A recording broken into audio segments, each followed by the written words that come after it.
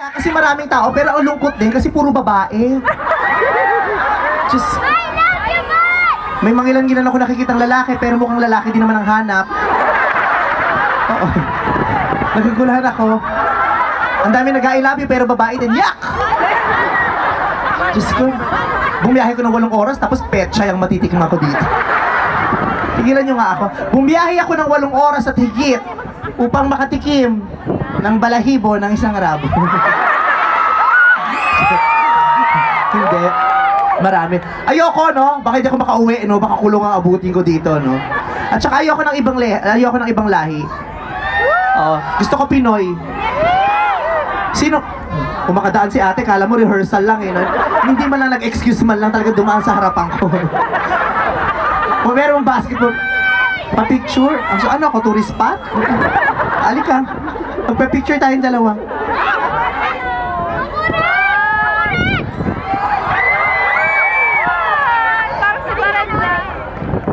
O, sino pang gusto magpakarga? Ang Diyos ko, ito pwede na sa akin to, oh.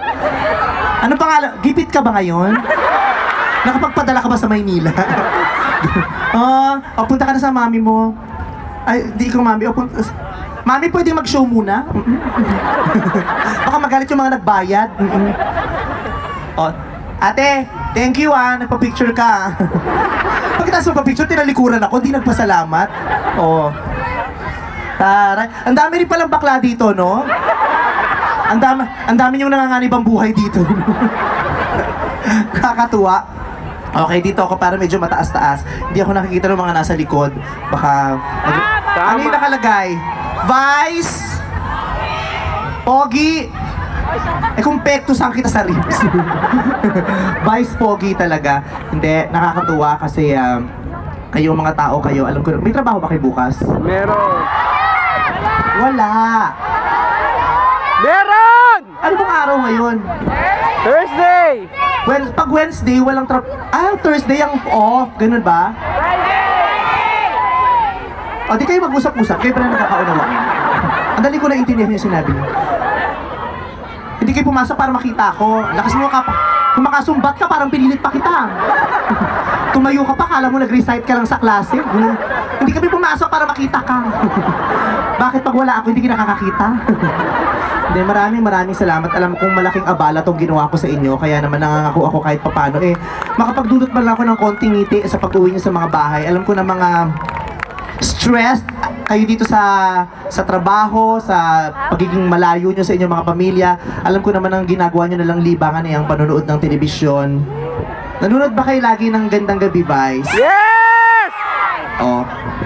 Nanonood kayo din ng Showtime? Hindi pa kayo. Ako kasi hindi ko napapanood yung Showtime. Araw-araw, Chusera ka, wala kaming linggo, ate. Sa bagay, baka inaano rito, nire-replay, diba? Bakit parang mas marami talagang babae kaysa sa lalaki, no? Bakit ba?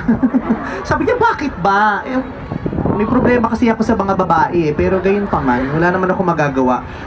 Paglabas ko pala ng kotse, sabi ko, ay naku, maraming babae. Sabi ko, bakit? Ang panghe. Naamoy ko agad, may halong kapanghihan. Alam mo naman yung mga babae, mayroong kakaibang amoy sa katawan dahil dalawang laway ang napapani sa kanila. Dahil dalawa rin ang bibig nila. Kaya, may mga puti akong nakikita doon na may mga bit-bit ng ating mga kababayan. Ayan, sila ba yung mga kinausap ni MC at saka ni Lassie kanina? Talaga kong bago ako talaga mag-perform, pinapauna ko muna si Lassie. Para pag akyat ko, gandang-ganda na kayo sa akin. Para may point of comparison. Kasi pag nauna ako, parang wala, pangkaraniwan lang naman na itsura ko. Pero pag nakita niyo yung mukha ni Lassie, parang ang ganda na ng lahat. Diba? Kaya malaki ang purpose ni Lassie sa pagsama sa akin dito. Kailangan makita niyo lahat ang mukha niya.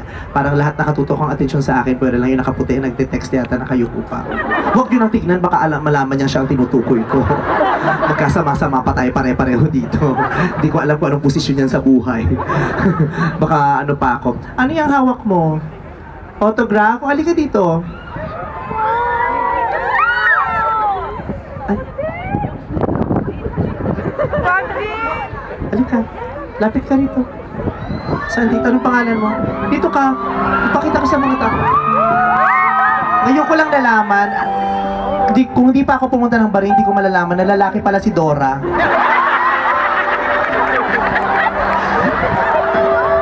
Haba rin ang buhok mo. Nasaan ang backpack mo? At barkado mo pala si SpongeBob. Ha? Cute-cute mo. Filipino. Are you Filipino? Half. Half human, half bangs. Kalahati ng pagkatao niya, buhok.